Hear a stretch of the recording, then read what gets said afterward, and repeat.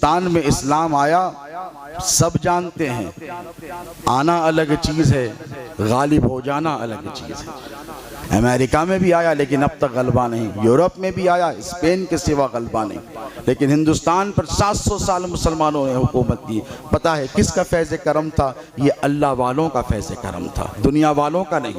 लोगों को यहाँ पर मुगालता ये हो जाता है, लोग ये समझते हैं कि औलिया अल्लाह औलिया अल्लाह। हमने कहा भाई आपको औलिया अल्लाह से इनक़िबास है या फिर अल्लाह से? जब बात की जाती है औलिया अल्लाह की तो हम इन बंदों को अल्लाह की तरफ मंसूब करते हैं। यहाँ पे शिर्क और बिदअत और खुराफात की बात कहाँ से आ गई है कि नहीं?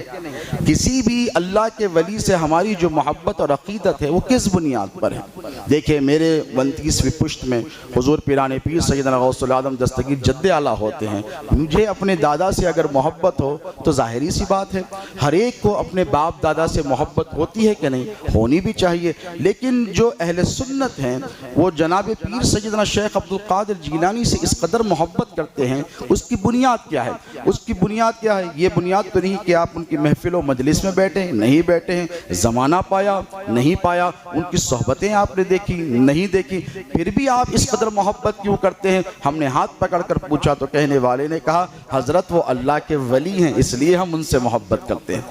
बुनियाद तो यही हुई ना कि वो अल्लाह के वली हैं, और जो मोहब्बत अल्लाह की ज़ात की खातिर की जाती है वो कभी रायगा नहीं होती। कोई भी अमल सिर्फ खालिसतन अल्लाह की रज़ा हासिल करने के लिए किया जाता है, वो खाली नहीं जाता। अब लोग कहते हैं कि ये अमल काम आने वाला नहीं, मैं कहूँगा कि यही मोहब्बत काम आने वाली है, यही औलिया अल्लाह की मोहब्बत काम आने वाली है। हदीस शरीफ के अल्फाज सुने उससे पहले मैं आपके सामने क़यामत का थोड़ा मंजर पेश कर दूँ। अक्सर व बेशतर आपने उलमा की तकारीर में सुना है बहुत ज़्यादा बातें कि हश्र का मैदान बड़ा सख्त होगा, बड़ी हौलनाकियाँ होगी, बड़ी परेशानियाँ होंगी, यकीनन होंगी, इसमें कोई शक नहीं है कि सवानेज़े पे सूरज उतर आएगा, बहुत ज़्यादा लोग परेशानी की सूरत हाल में रहेंगे, लेकिन सबका हिसाब एक जैसा नहीं होगा। याद रखना वहाँ पर अम्बिया भी होंगे, वहाँ औलिया भी होंगे, औलिया के चाहने वाले उनके मुत्तबईन भी होंगे, उनसे मोहब्बत करने वाले भी होंगे।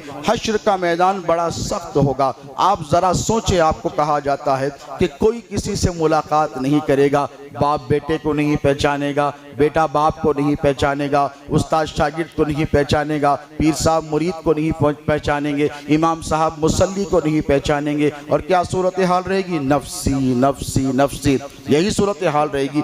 ऐसी ख़तरनाक सूरत हाल में एक अजीब व गरीब वाक़या रूनुमा होने वाला है। हदीस शरीफ के अल्फाज की रूह में आपसे अर्ज़ कर रहा हूँ, अल्लाह रब तबारक व तआला दो लोगों को बुलाएगा, दो लोगों को बुलाकर उनमें मुलाकात कराएगा। अब आप कहेंगे इतने पैनिकी टाइम में कोई मुलाकात का वक्त है? ये भाई अपने आप सबको हश्र की पड़ी है, हिसाब व किताब की पड़ी है।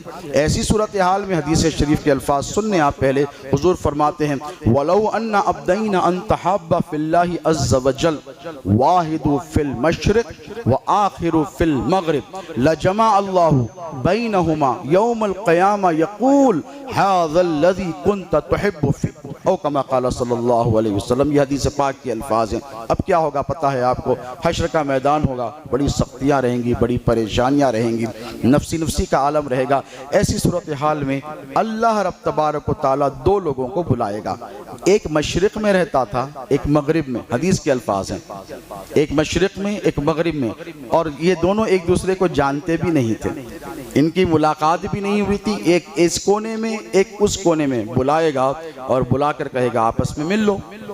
तो ये कहेंगे मौला मैं तो इसे जानता भी नहीं, मैं तो इसे पहचानता भी नहीं। अब देखिए आप रहते हैं हैदराबाद में, हुजूर पीराने पीर गौसे आज़म दस्तगीर जलवागर हैं बगदाद में, मोहब्बत है कि नहीं? हज़रत जुनैद बगदादी से मोहब्बत है कि नहीं? अल्लाह वालों से हज़रत मारूफ़ करकी से मोहब्बत है कि नहीं? अजमेर के हज़रत ख्वाजा मोइनुद्दीन अजमेरी चिश्ती से आपको मोहब्बत है कि नहीं? तो कहेंगे बिल्कुल है, बिल्कुल है, बिल्कुल है। मैंने कहा मोहब्बत की बुनियाद क्या है? तो मोहब्बत की बुनियाद ये हदीस मुबारक है। हुजूर फरमाते हैं वलौ अन्ना अब्दैना अन तहब्बा फिल्लाहि अज़्ज़ व जल वाहिदु फिल मशरिक़ व आखिरु फिल मग़रिब लजमा अल्लाहु बैनहुमा, दोनों को मिलाया जाएगा और कहा जाएगा आपस में मिल लो। ये कहेंगे क्यों मिलने, जमा अल्लाहु बैनहुम यौमुल क़ियामा यक़ूल हाज़ल्लज़ी कुन्ता तुहिब्बु फ़ी, तुम दोनों एक दूसरे से मोहब्बत हमारी ज़ात की खातिर किया करते थे, इसलिए हम तुम दोनों को एक साथ जमा फरमा दिया। तो देखें, अल्लाह की ज़ात की खातिर अल्लाह वालों से जो मोहब्बत की जाती है ये रायगा बताएं नहीं जाती, ये वेस्ट नहीं होती। और इसका फ़ायदा क्या है? हुजूर की खिदमत अक़दस में एक सहाबी आए और आकर कहने लगे कि या रसूलल्लाह, क़यामत कब वाक़ होगी, क़यामत कब वाक़ होगी? तो हुजूर मुस्कुराए, हदीस पाक के अल्फाज है, मुस्कुरा कर फरमाया अच्छा क़यामत के बारे में सवाल करता है, कोई तैयारी वैयारी भी कर रखी है क़यामत की कि क़यामत के बारे में तुम मुझसे सवाल करता है? तो कहने लगा रसूलल्लाह कोई तैयारी नहीं। कैसे नहीं होगी? सहाबी रसूल हैं और सहाबा के अमल की तो दुहाई दी जाती है, उनका एग्जाम्पल सेट किया जाता है, लेकिन अमल पर सिर्फ तकिया नहीं किया। देखे सहाबा का अकीदा क्या था, देखे अमल पर तकिया नहीं किया। हुजूर ने पूछा क़यामत की तैयारी कर ली?